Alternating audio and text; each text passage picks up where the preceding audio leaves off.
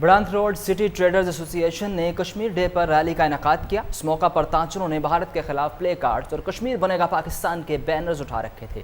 Rally کے شرکاء نے اللہ اکبر کی صدائیں بلند کی اور کشمیر بنے گا پاکستان کے نعرے لگائے۔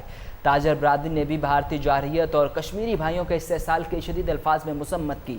سٹی ٹریڈرز ایسوسی ایشن کے صدر سلیم اللہ، چیئرمین محمد جاوید، وائس چیئرمین شیخ فیاض نے ریلی کی قیادت کی۔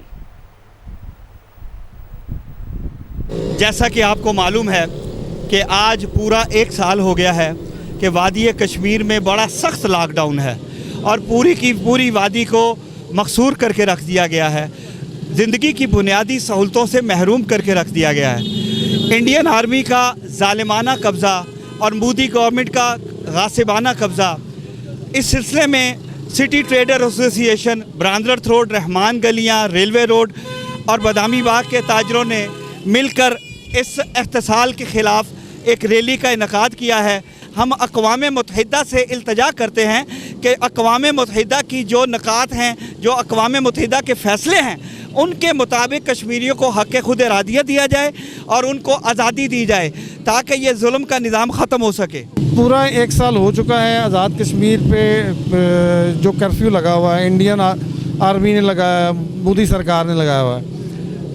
میں IMF والوں سے اور ورلڈ بینک والوں سے اور اقوام متحدہ سے اور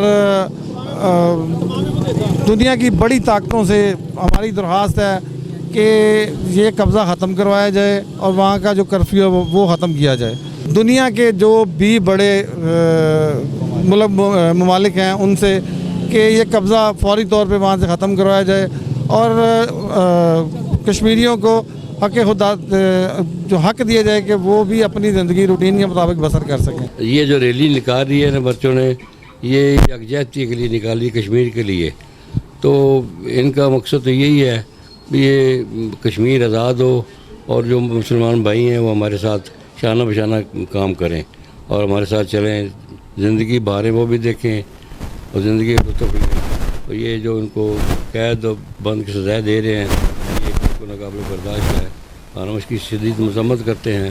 اللہ ہمیں توفیق دے کہ ہم کشمیر کو آزاد کرا سکیں۔ ہم 40 دن کا لاک ڈاؤن برداشت نہیں کر سکے۔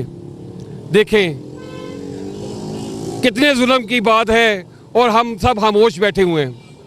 میں تمام اپنے پاکستانی بھائیوں، پوری دنیا سے اپیل کرتا ہوں کہ آج کے دن، کم از کم آج کے دن اظہار یکجہتی کریں اپنے کشمیر بھائیوں کے ساتھ۔